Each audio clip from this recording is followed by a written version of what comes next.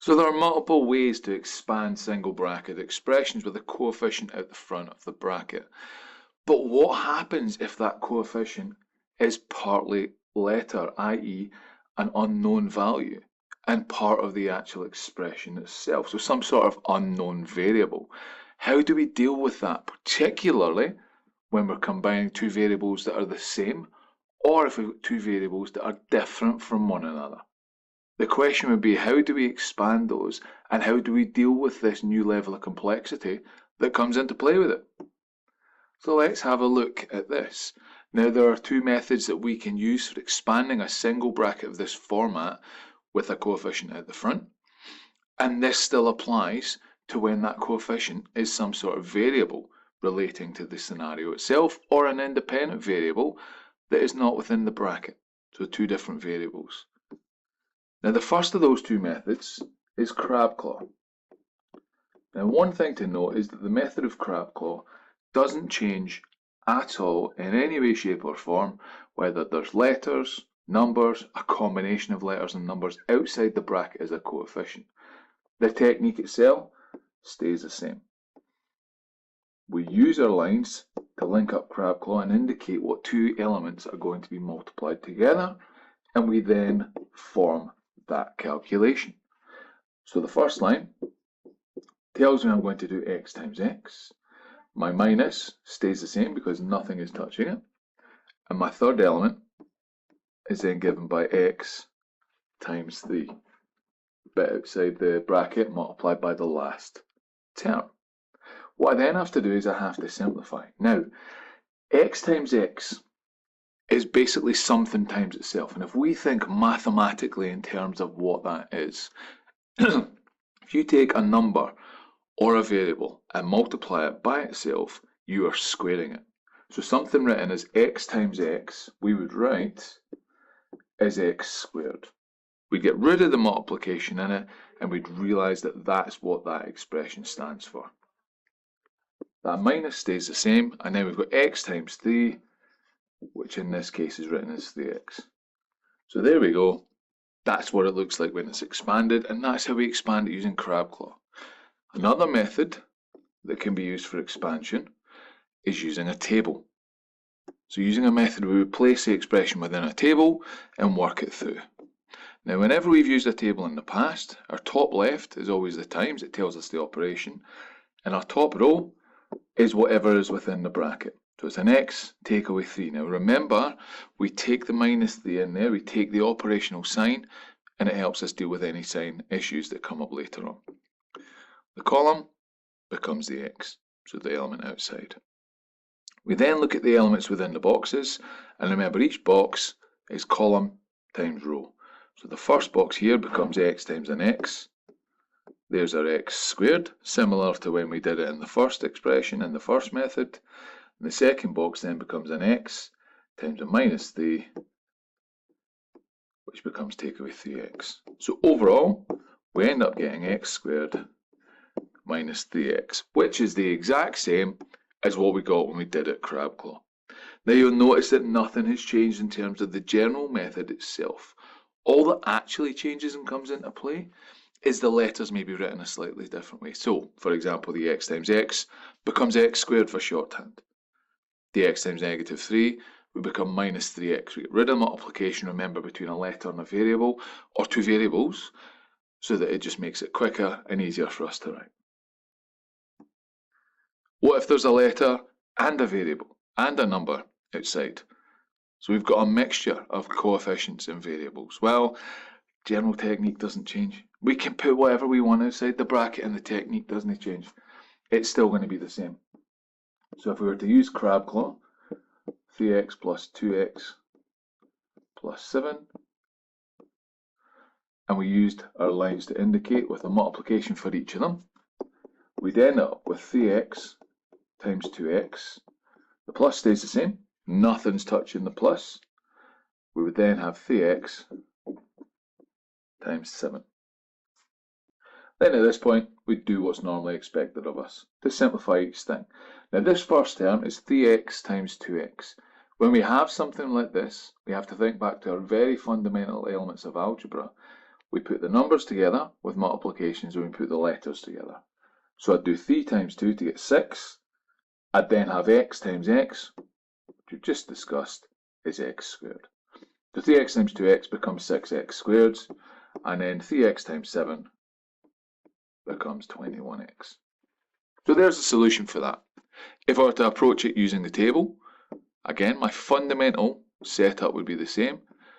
There's my bracket along the top, 2x plus 7.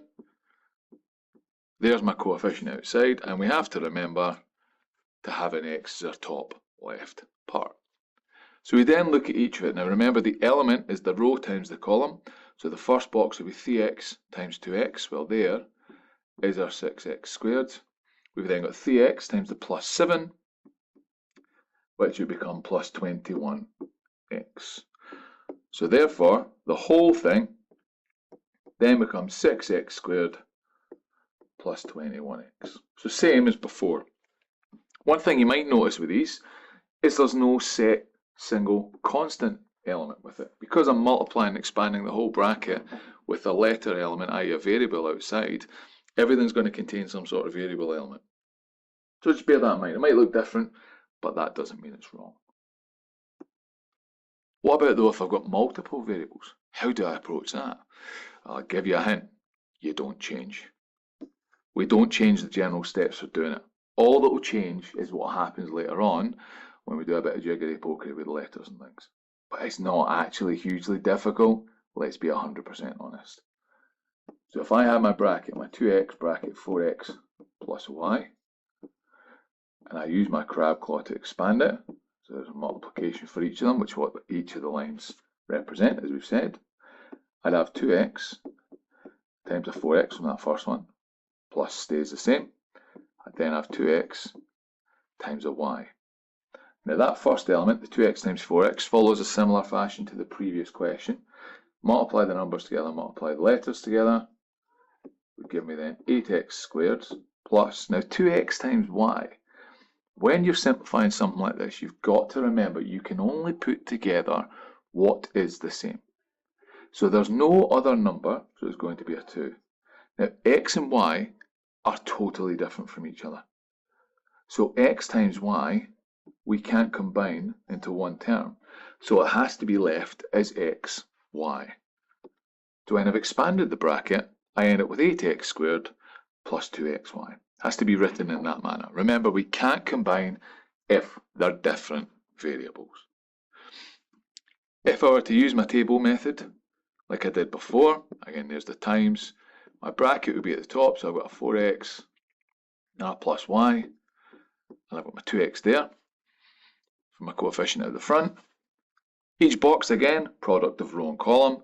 The first one will become 8x squared, and the second one will become plus 2x times the y, so 2xy. So my final solution would then become 8x squared plus 2xy. One point I want you to know, I've got 2xy. Now 2xy mathematically is the same as 2yx. If you wrote 2yx instead of 2xy, you would not be wrong.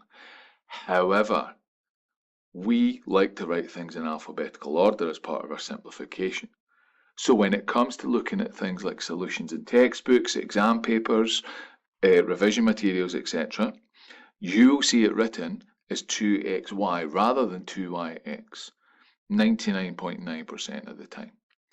Just be aware though, they mean the exact same thing. It's like saying 2 times 3 times 4, that's the same as 2 times 4 times 3. It's the same as 4 times 2 times 3. They can all go around cyclically because of the multiplication in between them. So just be aware of that. They're the same thing technically, but we just don't like writing it that way. So here's one for you to go at then. Here's a couple of questions. Pause the video and have a crack at them, and then come back and I'll show you the solutions. So you should have had a crack at these by now. So this first one here, the 2x bracket 4x minus 1. If I were using crab claw, I'd take them in that manner there, and I'd have 2x times 4x, take away 2x times 1, which will give me 8x squared minus 2x. If I were to do it using the table method, my top row for my table again would be what's in the bracket, so a 4x and I take away 1. There's my times operation there in the top left, and my column would become the 2x there. And again, same idea, each box is the product of rows and columns, so the first box becomes 8x squared, and this second box becomes minus 2x. And that there gives me the same solution as that. If I were to do the second one here, this top right one, again, I'd follow the same technique if I was doing crab claw. I'd end up with 3y times 3x. The takeaway, nothing's touching it. Then 3y times 5y. And again, it's putting the things that are the same together in each of the terms. So 3y times 3x, well, the numbers go together and I get 9. Remember, as we previously said, x and y are different variables, they're different things. So when I multiply them together, I don't combine them, I just leave it written as xy. I've then got takeaway, and I simplify the second one. Well, the 3 and 5's go together to give me 15, and the 2 y's go together to give me y squared. If I were to do it using a table, again, same setup as I do every single time with the table. Bracket along the top, 3x and then the minus 5y. Brackets coefficient at the side, and then multiply each of them together. So 3y times 3x will give me 9xy, and then the 3y times the negative 5y will give me negative 15y squared. And that, again, is the same as my solution there. Last one here, same idea. If I were to use crab claw, expand it in that manner, what I'd end up with is negative 3y times 3. I'd then have takeaway, and I'd have negative 3y times 2y there. So when I multiply them together, bear in mind the signs. I've got negative 3y times 3, so that gives me negative 9y. I've then got takeaway, so I've got negative 3y times 2y gives me negative 6y squared. We have to sort the signs in the middle, so I'd end up getting negative 9y minus minus becomes a plus 6y squared. Just like that. Again, if you made the jump from the signs here to the proper solution at the end in one go without having to do that, great, no issues at all. If we were using the table, again, similar setup. We'd have our 3 and our minus 2y there, and our coefficient of minus 3y outside. Rows and columns give you the elements, so I'd end up with minus 9y minus 3y times minus 2y gives me plus 6y squared. So it deals with the issue that comes up with the sign at that stage. I don't have to worry too much about dealing with it after that and simplifying it beyond that level. Doing this, again, none of the steps and techniques change. All that we have to deal with is extra letters. But if we remember how to combine them and how to work it, we'll actually end up with the same answer every time. So what are the rules for this? Well, firstly, we have to determine, as we've said before, the method you feel suits you best. Either crab claw or using the table with the same rules as before, multiplying each term inside the bracket by what's outside, or remembering to take the signs into the table to help deal with the sign calculations. When we expand out, we simplify when needed. So we put letters that are the same together, letters that are different, we take away multiplications between them and simplify it in that manner. We have to ensure that constants and letters stick together appropriately. So for example, writing 3 times x, we write that as 3x squared. 3 times x times y, we write it as 3xy. And again, the last one, we always remember to sort the signs. So the rules are fairly straightforward and easy to follow. And the techniques themselves are straightforward as well. We just have to remember each time. And we just have to remember how to combine each of the elements together. It's not hugely difficult. Just remember that. And just remember, think smart, solve fast.